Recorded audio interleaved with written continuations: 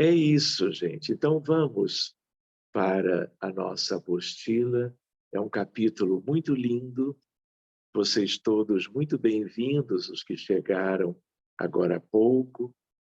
Então nós vamos até mais ou menos 15, 10 para as 8 no horário de Brasília e depois aquela segunda parte habitual, tá bom? Então vejam que coisa linda, a prática da caridade como ação desobsessiva. Então, só pelo título, não é? Nós que já vimos a importância do culto do Evangelho, da água fluidificada, da reunião de desobsessão, a reunião mediúnica, vimos a importância do passe como um elemento de auxílio. Agora, nós vamos ver como que os autores da apostila compilaram nos textos doutrinários aquilo que está contido nesse tema número 6, que é aquele a partir da página 215. Então vejam só, diante da realidade das perseguições espirituais consequentes do atraso moral da humanidade, há de se indagar como se prevenir das obsessões. É como na medicina. Como cardiologista, nós estudamos inúmeras doenças, em geral, todas elas muito sérias.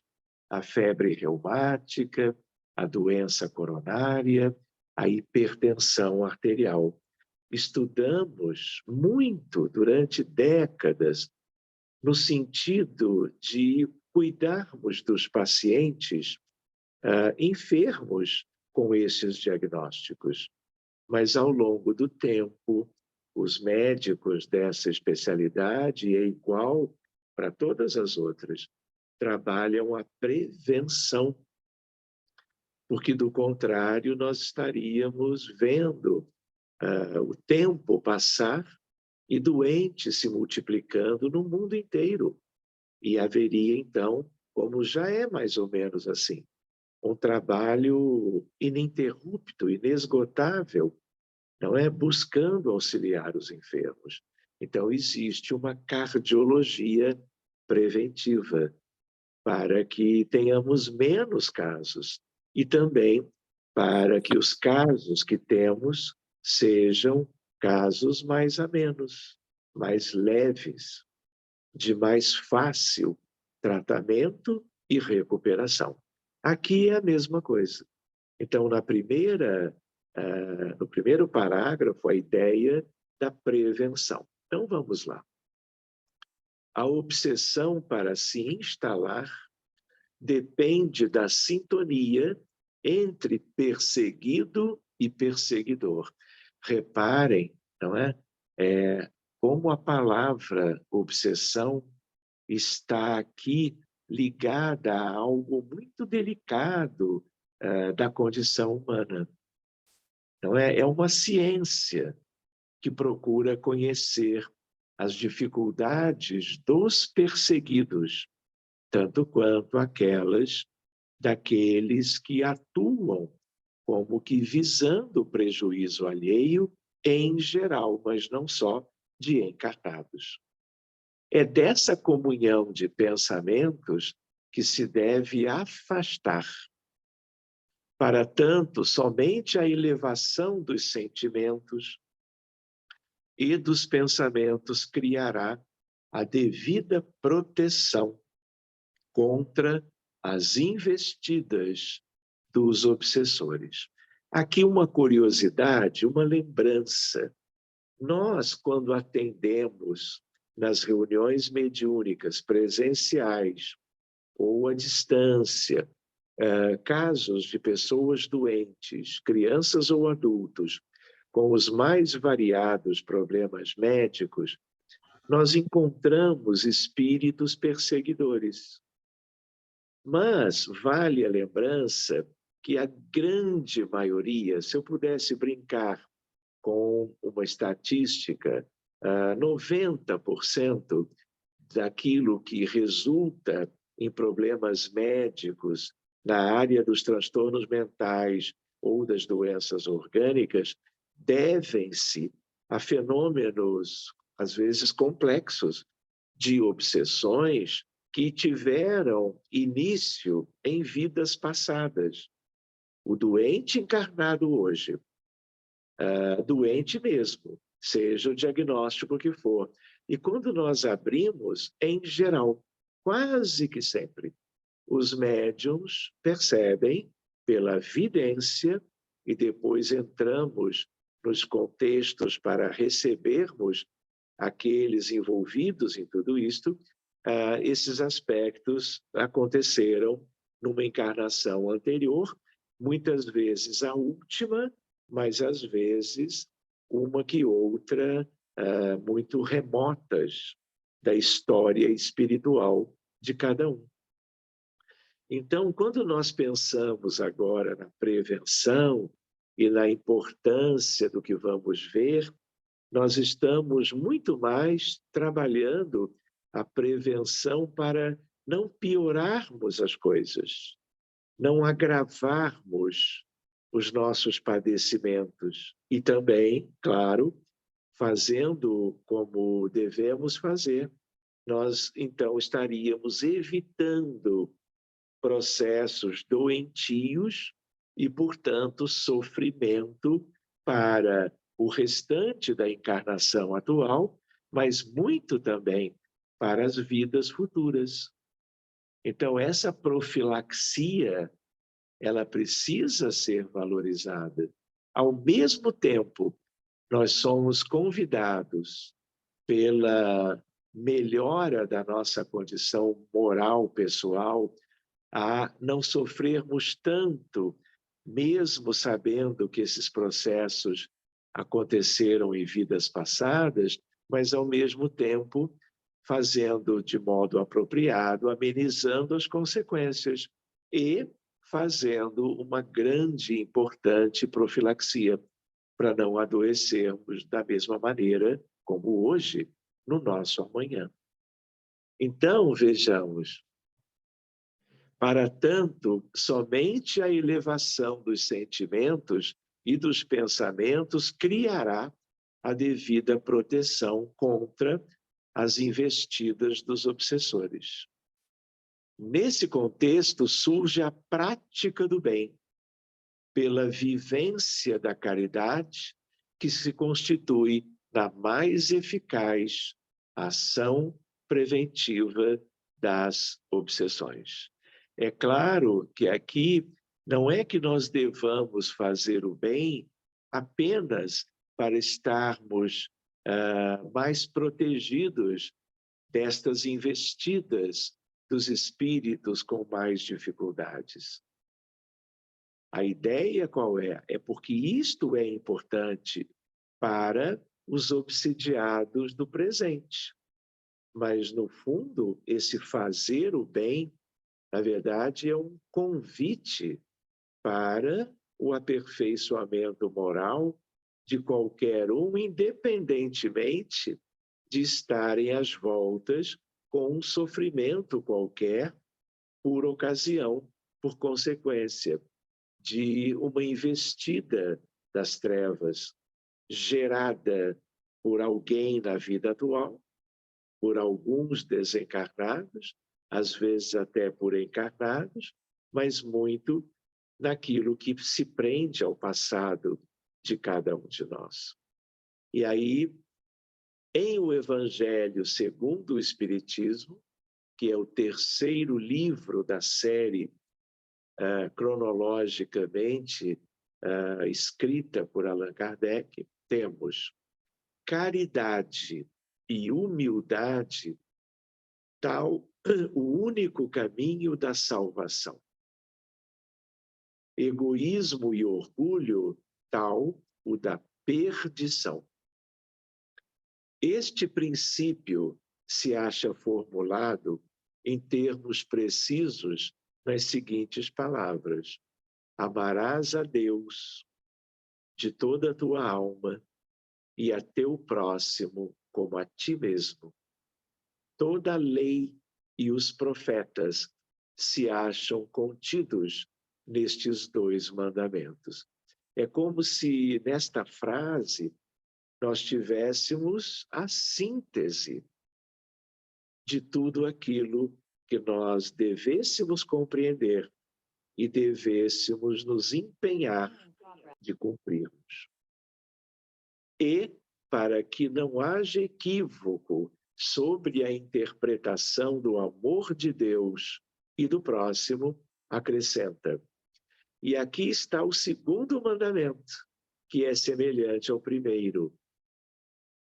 Isto é, que não se pode verdadeiramente amar a Deus sem amar o próximo, nem amar o próximo sem amar a Deus. Vejam que aspecto profundo, não é?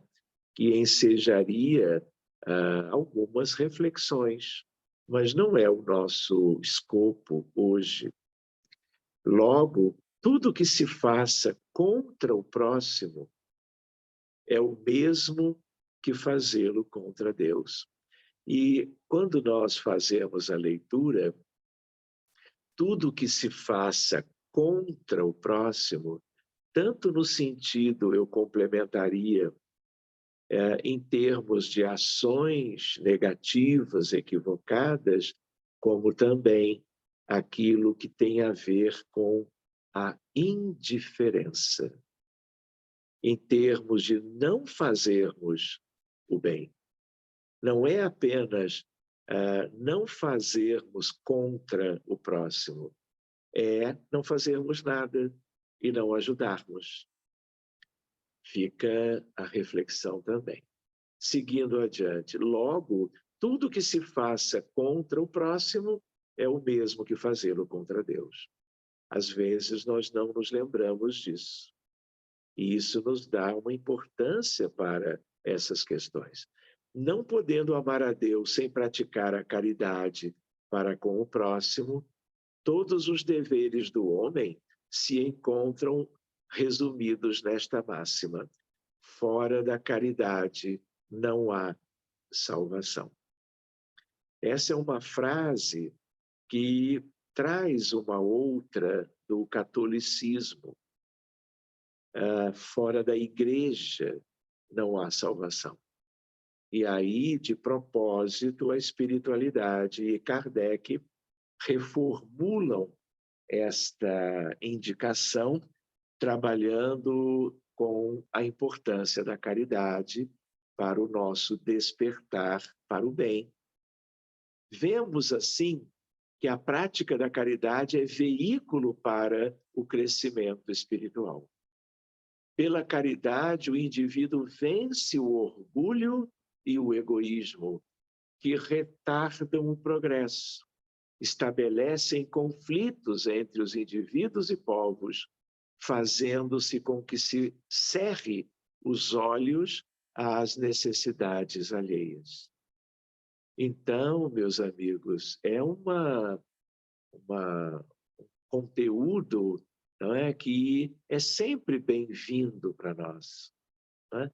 É claro que aqui ele está se reportando a uma caridade sincera, desinteressada, anônima, não para ser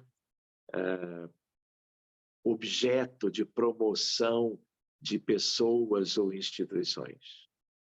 Na verdade, é aquilo que faz com que a alma movimente-se numa outra direção.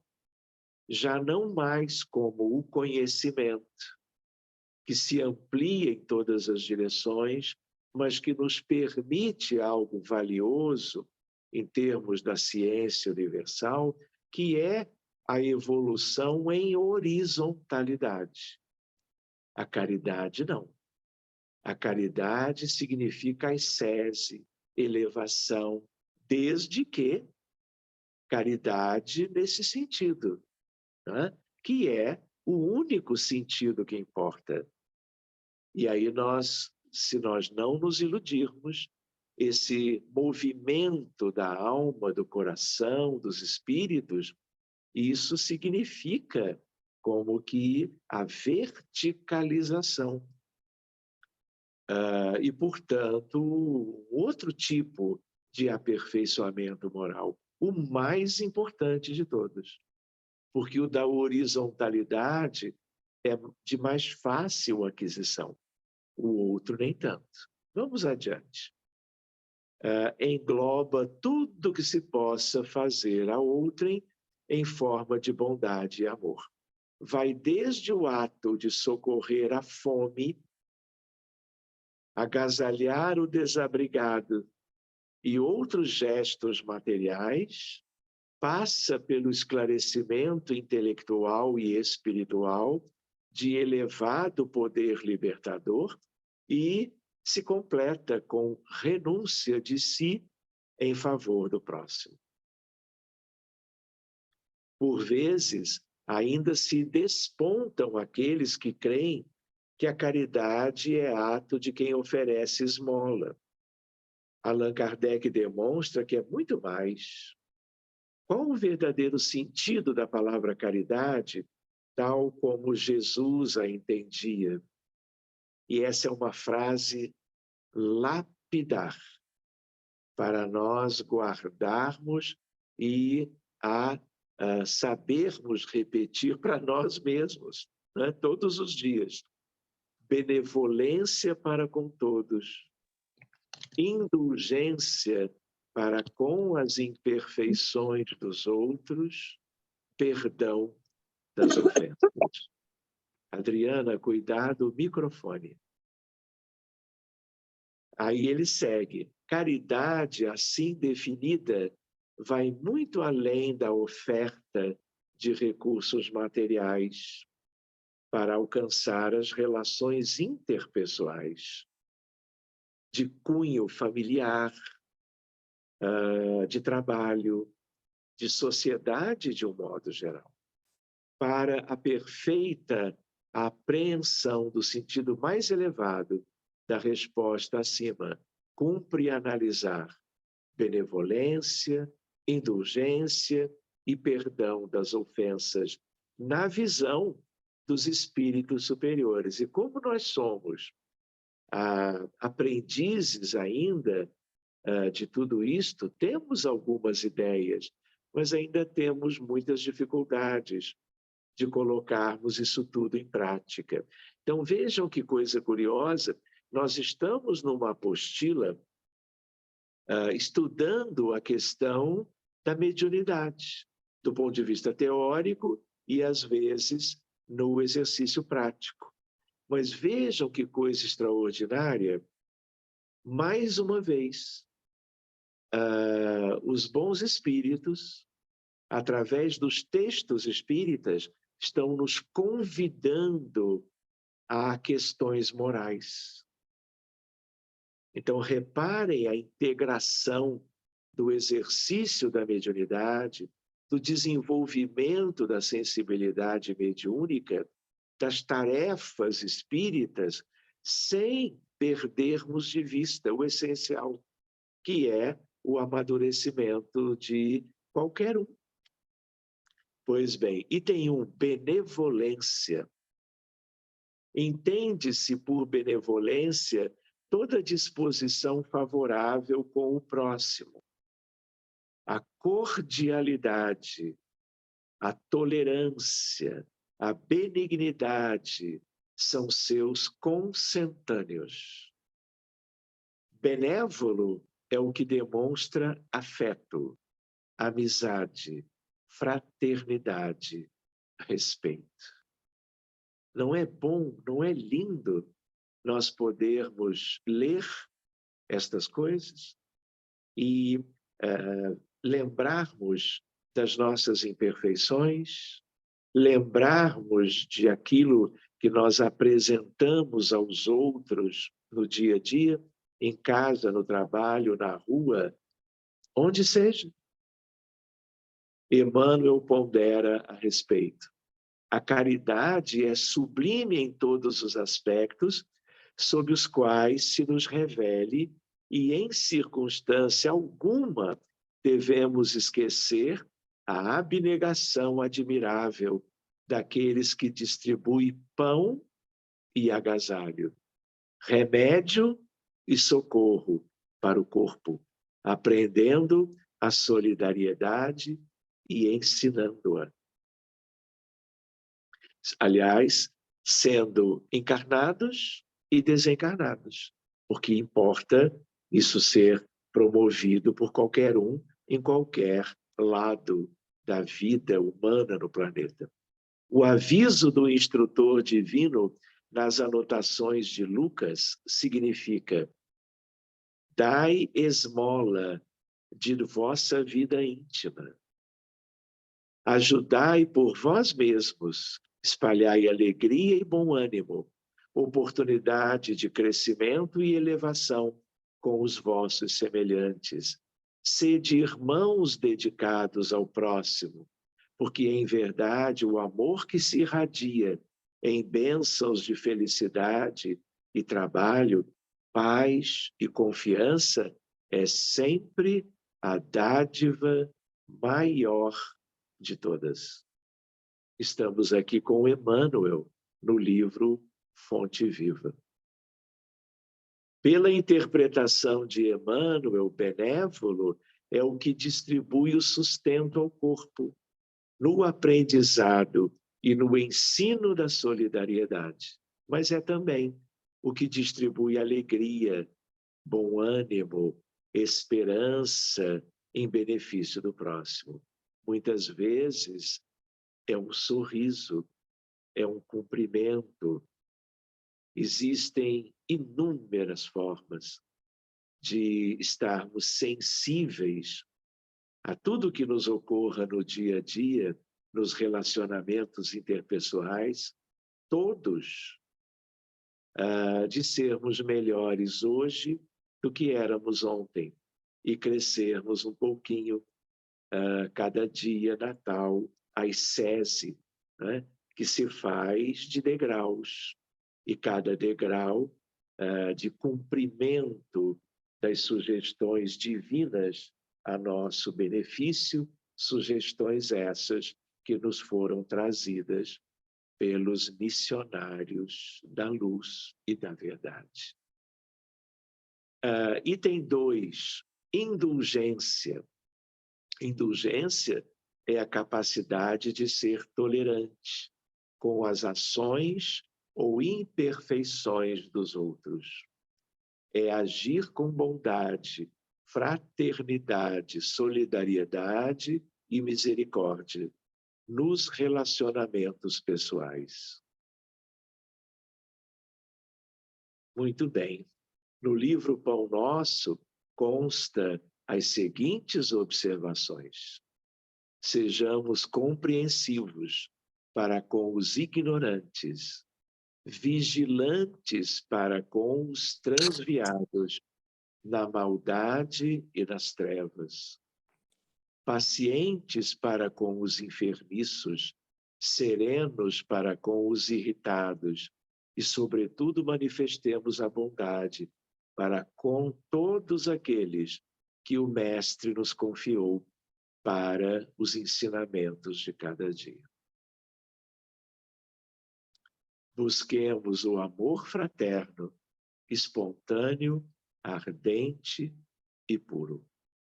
Isso não quer dizer que diante do mal, especialmente a um certo nível de gravidade, nós não tenhamos o direito de nos indignarmos e de reagirmos da maneira mais amorosa e fraterna, mas não nos silenciando, não nos acomodando com as ações que comprometem a saúde, o bem-estar e a vida das pessoas.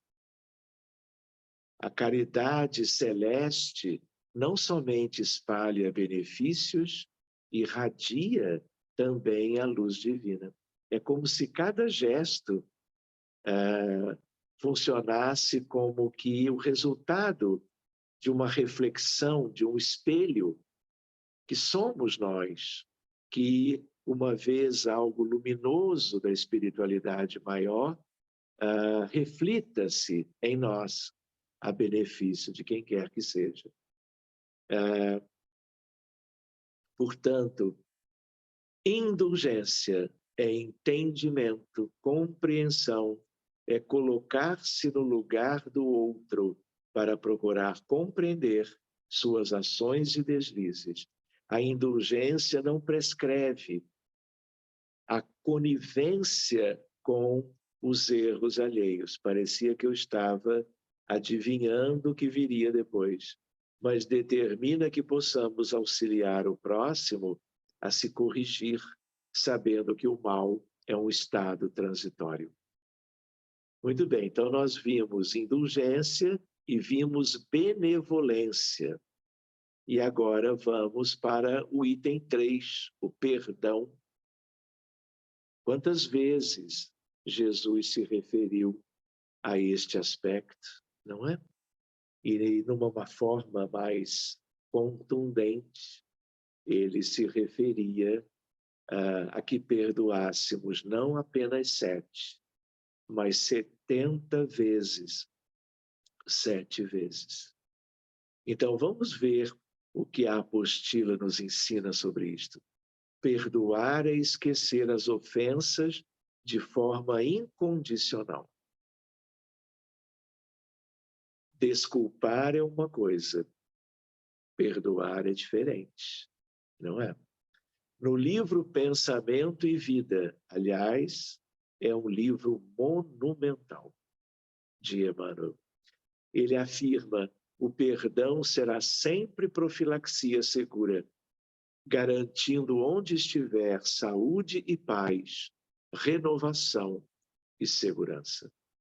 Em outra obra, Emmanuel fala também sobre o perdão. Os expoentes da má-fé costumam interpretar falsamente as palavras do Mestre com relação à resistência ao mal. Não determinava Jesus que os aprendizes se entregassem inermes às correntes destruidoras. Vejam que ele volta a esta questão. Aconselhava a que nenhum discípulo retribuísse violência com violência. Mas daí a estagnação, a conivência e a insensibilidade em relação às ações perversas, que é algo que é muitas vezes dominante no mundo, é bem diferente. Lembrando que muitas vezes Jesus usou a sua autoridade, a sua austeridade, quando lidou com situações em que ele também precisava ensinar as melhores reações diante de certas adversidades. O episódio dele expulsar os vendilhões do templo é uma delas. Existem outros episódios. Pois bem, lembrando que a ideia de templo é uma ideia muito ampla e que nós podemos relacionar com inúmeras questões da vida humana no dia a dia, no Brasil e no mundo. Pois bem, enfrentar a crueldade com armas semelhantes seria perpetuar o ódio e a desregrada ambição no mundo. O bem é o único dissolvente do mal em todos os setores, revelando forças diferentes. Jesus, todavia, nos aconselha a defesa do perdão 70 vezes 7 em cada ofensa, com a bondade diligente, transformadora e sem fim, ou inesgotável. O perdão constitui-se dissolvente do mal, base da saúde emocional, fator de proteção espiritual e equilíbrio do ser humano. Nessa perspectiva, é ato unilateral que dispensa a concordância do outro. Se o desafeto for incapaz de perdoar, o tempo haverá de clarear-lhe a consciência, mostrando-lhe a impropriedade da vingança, do ódio e da mágoa. Por isso que esses conteúdos estão todos eles relacionados ao drama da obsessão. Allan Kardec ensina a orar pelos que nos perseguem, nisso constituindo mérito para o obsidiado, que lhe abreviará a expiação. Emmanuel, por sua vez, complementa: reportamo-nos aos companheiros tímidos e vacilantes, embora bem intencionados, para concluir que em todas as tarefas humanas podemos sentir a presença do Senhor, santificando o trabalho que nos foi cometido. Por isso, não podemos olvidar a lição evangélica de que seria abençoado qualquer esforço no bem, ainda que fosse apenas o de ministrar um copo de água pura em seu nome. Pois bem, meus amigos, nos encaminhando para os outros conteúdos do tema número 6, o item 4, a prática, então, da caridade como medida preventiva da obsessão. O espírita, onde, quando e como se encontre, deve filiar-se a uma atividade que lhe exercite a prática da caridade, buscando aquela com a qual guarde maior afinidade na própria casa espírita ou em outra instituição. Aliás, quando ele diz no início, o espírita, onde, quando e como, isso, na verdade, é uma ideia que serve a qualquer ser humano. Tenha ele uma crença, tenha ele uma filiação doutrinária, não é? Uma vivência em religiosidade, espiritualidade, qualquer. Ou nem tenha. Porque o que importa não é o rótulo de ser ou não espírita, ser ou não isto ou aquilo. É o conteúdo, é a ação. Então, aqui, o texto recomenda aos espíritas, porque, em geral, essa apostila ela é lida pelos espíritas. Então, quando ele diz assim, é uma forma de o recado vir diretamente para nós, e não uma coisa mais geral. Mas é claro que isso cabe para todos, não é verdade? Muito bem, o importante é incorporar o exercício do bem nas atividades corriqueiras da vida. E aí o que acontece? A criatura vai se habituando e vai implementando os esforços pessoais no dia a dia, vai ganhando inspiração dos bons espíritos, do seu anjo de guarda, do espírito protetor da família, da sociedade, do país. E aí o que acontece? Vai havendo um crescimento, um amadurecimento, de tal maneira que mais adiante ninguém aguenta mais errar, causar dano, prejuízo a quem quer que seja. Vai sentir uma dificuldade muito grande em si. Aquilo vai ser tão contrário ao que se habituou no dia a dia para o bem, que se torna insuportável. E mesmo um rompante de voltarmos ao que nós éramos no passado, aquilo vai ser algo muito limitado e, em fração de segundos, nós revemos e buscamos uma mudança, atenuando aquela tendência que poderia irromper num momento qualquer. Pois bem, o médium, em especial, por necessitar melhor compreender os espíritos sofredores, exercitam esta compreensão em atividades junto aos sofredores encarnados. Aliás, não se justifica que o espírita, médium ou não, sob quaisquer pretextos, se limite apenas a adquirir conhecimento, sem, contudo, colocá-lo em prática. Ir ao encontro dos que sofrem, amenizar-lhe a dor das provações, às vezes muito dolorosas, é dever moral de cada adepto do Espiritismo. E eu expandiria a cada cristão, independentemente da sua característica, mas também aos de origem judaica, aos muçulmanos. Caridade e amor é pregado, sugerido em todas as religiões, inclusive as politeístas. Somente assim estará apto para desfraudar a bandeira do Espiritismo. Qual é? Fora da caridade não há salvação. Com firmeza e sinceridade, sobretudo no meio onde o sofrimento campeia. Órfãos e crianças abandonadas.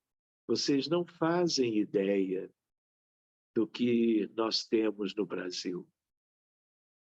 Nos dias bem atuais, a miséria, a exclusão, a desigualdade, o que nós temos no Afeganistão, um ano depois, justo hoje, da saída dos Estados Unidos,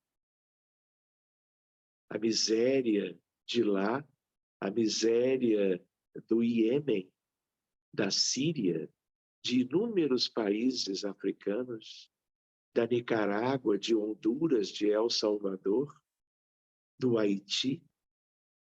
Então, nunca é demais a lembrança de que ficarmos no conforto como uma zona pessoal para a vida que segue é algo possível, mas nós precisamos nos inteirar melhor de toda a realidade do mundo, e essa maneira de conhecermos tudo nos sensibilize o coração para alguma coisa cada dia um pouco mais abrangente e útil para as comunidades. Pois bem, repetindo,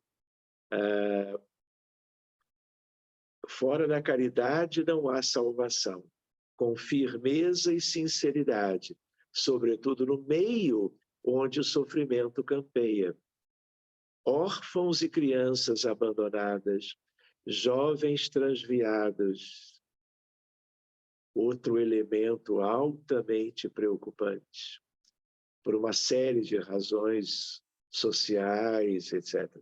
Idosos desamparados, famintos desesperados, enfermos da alma e do corpo, prisioneiros da dor, legiões de almas perdidas nas viciações de todos os matizes, alienados da vida. Sejamos, então, cada um de nós, em qualquer posição que ocupemos na vida, um bom samaritano, como ensina a belíssima parábola ensinada por Jesus, a partir da qual Humberto de Campos, irmão X, apresenta estas conclusões. Vejamos, em todos os tempos, há exércitos de criaturas que ensinam a caridade. Todavia, poucas pessoas praticam-na verdadeiramente. É por isso que a caridade, antes de tudo, pede compreensão. Não basta entregar os haveres ao primeiro mendigo que surja à porta, para significar a posse da virtude sublime.